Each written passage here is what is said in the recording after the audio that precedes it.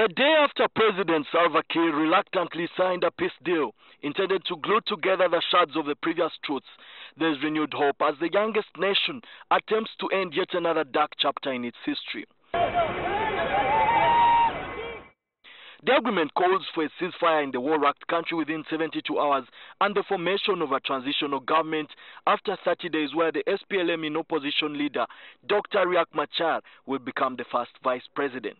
National elections will be held by the transitional government 60 days later to hand the reins to a democratically elected government. You regional leaders,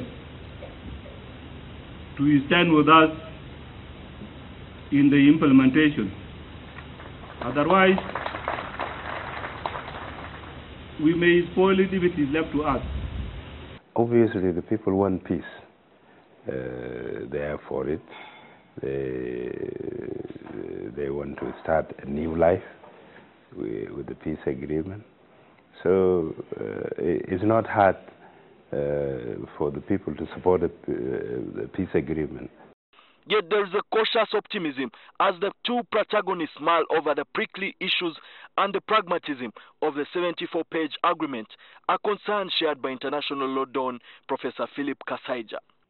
One of those contentious issues Kiir has raised is the decision to demilitarize Juba and keep the army 25 kilometers outside the capital.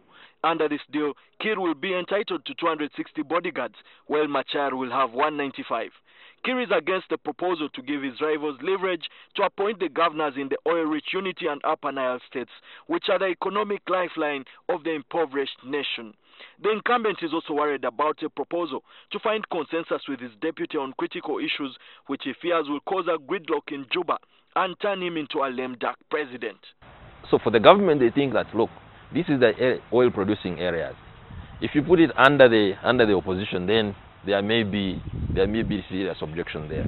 He is the head of state. He is the sovereign. He should be able to take decisions without being constrained by the sentiments of coming from somewhere else.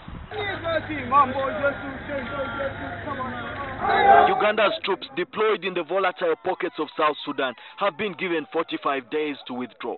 Machar views the UPDF as an occupational force bent on shoring up his adversary's fragile government. Now there has been a proposal that you have IGAD forces which are going to replace the Ugandan UPDF. But we know that IGAD does not have the capacity to raise these troops. In the past it has failed, and I don't think it's going to do it in the future.